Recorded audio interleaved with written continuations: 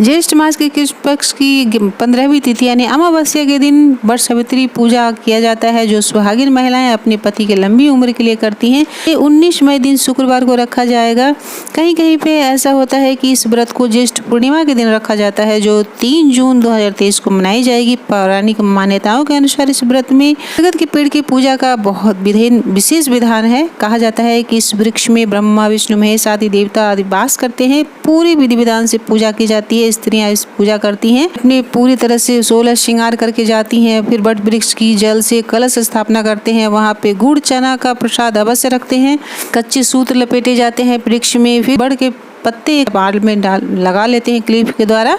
और उसके बाद पंखा अवश्य रखना चाहिए। पूजा विधि करने के बाद सारी पूजा जब हो जाते हैं तो पंखा से हवा दिया जाता है, और यही पंखा ले जाकर के अपने पति को जो पूजा करते हैं तो पंखा उनको झेला जाता है। विधान से पूजा करने के बाद ये 11 या 108 बार परिक्रमा किया जाता है। उसके परिक्रमा करते हुए कच्चे सूत लपेटते हुए परिक्रमा करते हैं, और भगवान के विष्णु भगवान की जितना भी हो सके मंत्रों का जप करते हुए स्मरण करते हुए वृक्ष को लपेटा जाता है धागा। उसके बाद जो भी आप चाहते हैं ऋतुफल वगैरह चढ़ाएं, और इसके बाद आप वहाँ ब्राह्मण से कथा सुने। कथा सुनने के बाद आरती की जाती है। वट वृक्ष की आरती होने के बाद वहाँ एक दूसरे को महिलाएं सिंदूर लगाकर खोंचा देती है, यानी आंचल में प्रसाद दिया जाता है। गुड़ चना का प्रसाद उसी पंखे से दिया जाता है, और उसके बाद ऋतुफल भी साथ में रहता है, भी हो वो दिया जाता है। अपने अपने जगह के अनुसार उस तरह से किया जाता है।